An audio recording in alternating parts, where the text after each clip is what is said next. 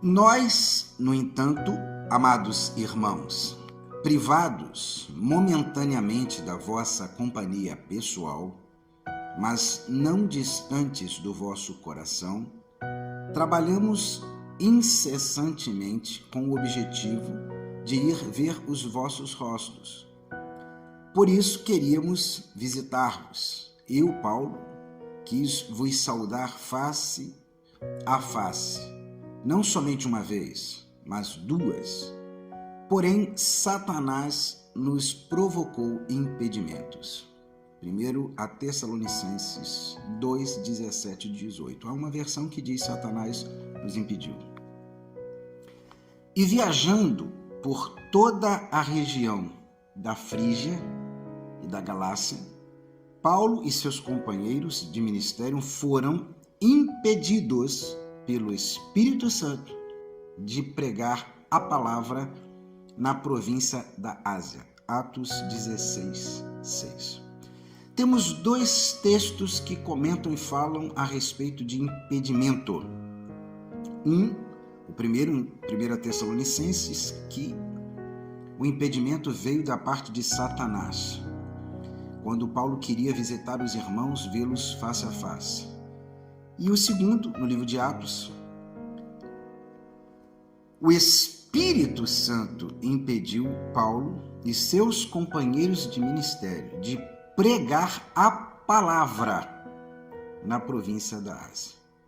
Primeiramente, queremos aqui trazer já a reflexão e a provocação para você pensar que o Espírito Santo, e se o Espírito Santo, e quando o Espírito Santo, e como o Espírito Santo poderia impedir um pastor, um ministro, um presbítero, um diácono, um evangelista, um obreiro, um apóstolo, uma autoridade eclesiástica, alguém do ministério, missionário, de pregar a palavra em algum lugar.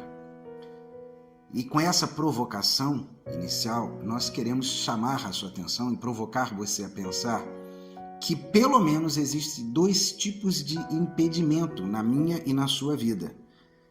Um impedimento que provém do mal, do diabo, do inimigo, de Satanás, e um impedimento que vem do Espírito Santo. Ora, vamos pensar a respeito disso. Imaginemos no primeiro exemplo, quando Caim havia oferecido uma oferta ao Senhor e a Bíblia diz que o Senhor rejeitou e Abel também ofereceu, mas o Senhor aceitou.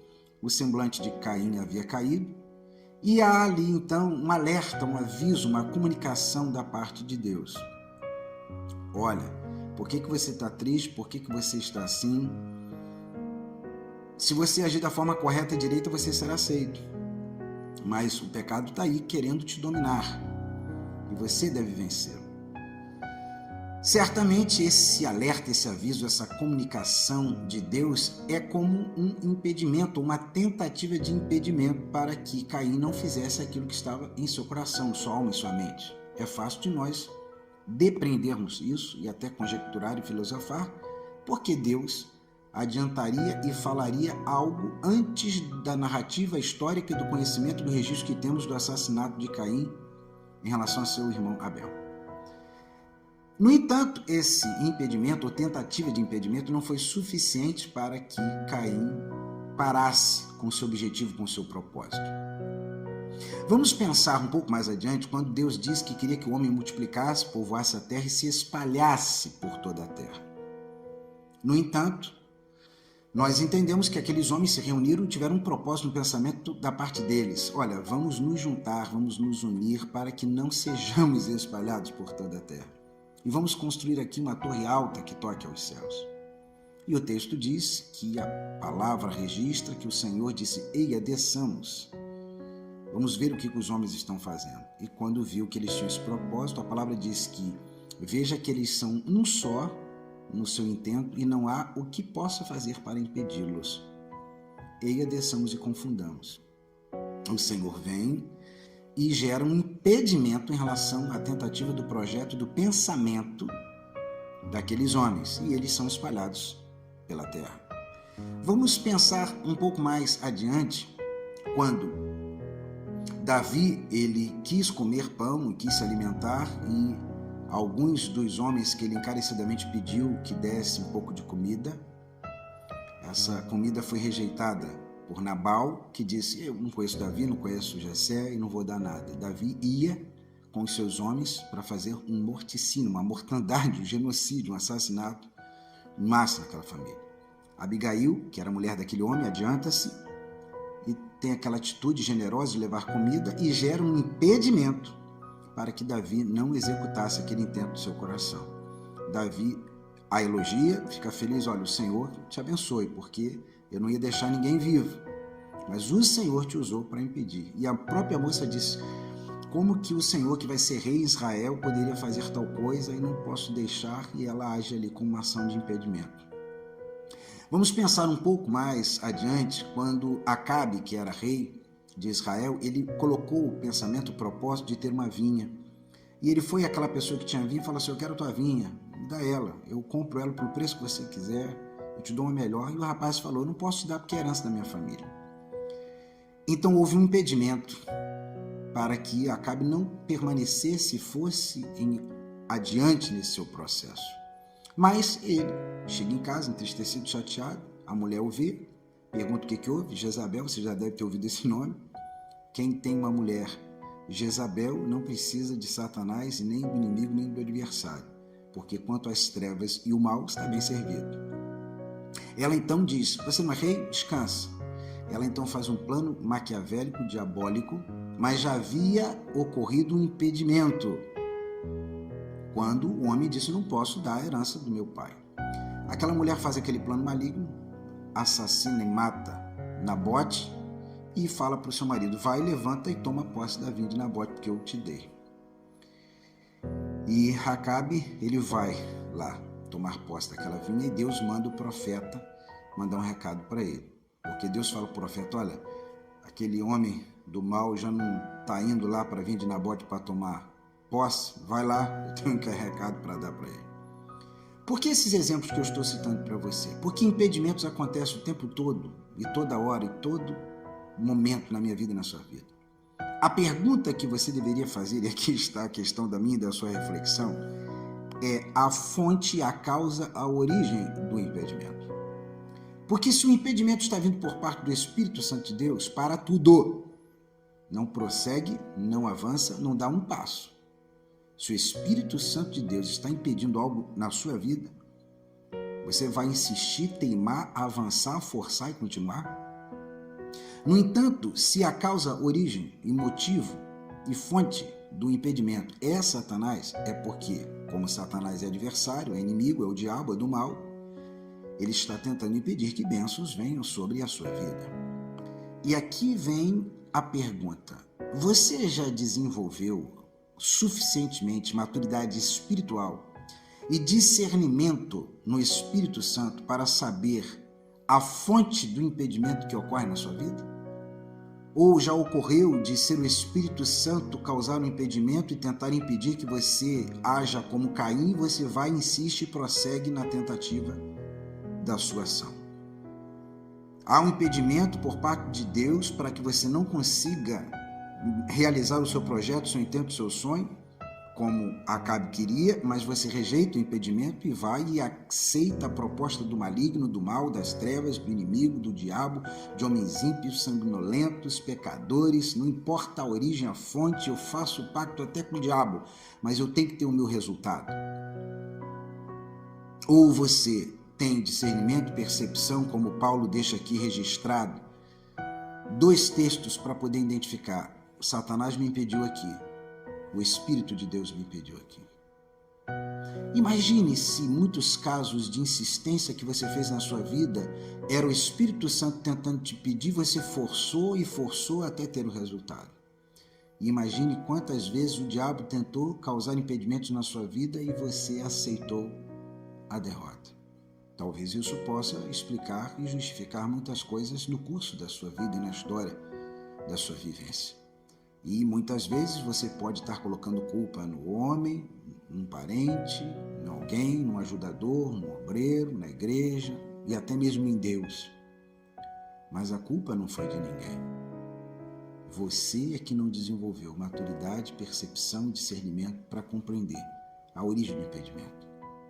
Muitas vezes o Senhor bondosamente age para tentar nos impedir porque sabe que vamos ter um prejuízo muito grande. E aqui eu não posso deixar de citar para você o homem de Deus, o profeta, que estava indo em direção a um local e o animal que ele estava montado em cima parou. Você já deve ter ouvido essa história. E ele fica forçando aquele animal, ele chega a bater no animal. E a Bíblia diz que Deus abre a boca do animal para falar com ele. Alguma vez eu já fiz isso com você? Alguma vez eu já tive esse tipo de atitude? Como se dissesse, será que você não tem cérebro para poder parar para pensar, raciocinar? Com todos os indícios que tem ao longo de toda a sua vida, e muitas pessoas são incapazes de perceber os indícios, são incapazes de perceber a fumaça, não só sentir o incômodo na respiração, como o mau cheiro, como a visão turva, não conseguem nem enxergar o fogo e insistem. Havia um anjo com uma espada, pronto para matar aquele homem de Deus, aquele servo de Deus. E o animal estava mais racional e instintivo do que ele. Quantas vezes nós agimos e estamos com falta de percepção. Não conseguimos mais perceber nada no mundo espiritual. E aqui eu quero te dar um relato triste. Quando alguém caminha afastado da ativação constante e contínua da mente de Cristo, respondendo aos comandos do céu, obedecendo às escrituras, os decretos, os ensinamentos, os mandamentos e a percepção da voz doce, meiga e suave do Pai, instruindo e guiando, tem um decreto destrutivo sobre a sua vida, que é o mesmo que aconteceu com Sansão. Sairei como das outras vezes. Mas ele não tinha percebido nem se atentado que o Espírito Santo já tinha saído dele. Como anda a sua vida e sua caminhada? Como é o seu dia a dia? Você tem discernimento e maturidade suficiente para perceber a fonte, causa e origem dos impedimentos quando eles se manifestam na sua vida? E uma vez identificando e sabendo, tem sabedoria para tomar a atitude correta? Porque há uma grande diferença em ser inteligente e ser sábio. Há muitos inteligentes com muitos resultados na vida, porém não sábios. Porque sabedoria é ter a compreensão, a percepção nítida, patente, plausível e palpável do que é certo e do que é errado, e sempre escolher o que é certo, a despeito de qualquer prejuízo e de qualquer consequência. Mas o inteligente, ainda que ele conseguisse compreender a diferença entre o certo e o errado, ele sempre escolhe aquilo que lhe dará vantagens, resultados e conquistas. Quando você pensar e ouvir alguém falar que o resultado é tudo e tentar te convencer disso, lembre que Caim teve resultados na sua vida. Sim, ele teve esposa, ele teve filho, um dos filhos ele colocou o nome de uma cidade, ele teve vários descendentes. Ele certamente viveu longos dias. Mas o autor de Hebreus vai dizer que Caim era do mal, as suas obras eram do mal. E onde Caim se encontra? E qual foi o resultado da colheita que teve? Pense e imagine que Belsazar teve resultados. Foi um rei e gozava de desfrute, autoridade, poder, notoriedade. No entanto, qual foi o resultado final?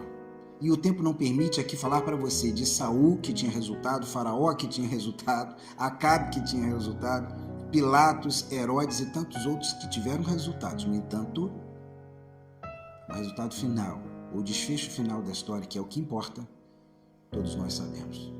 Minha oração e minha súplica é que você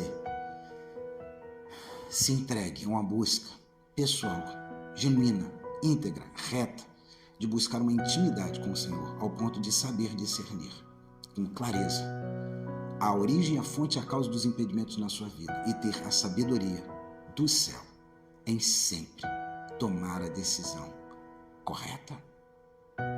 Deus te abençoe.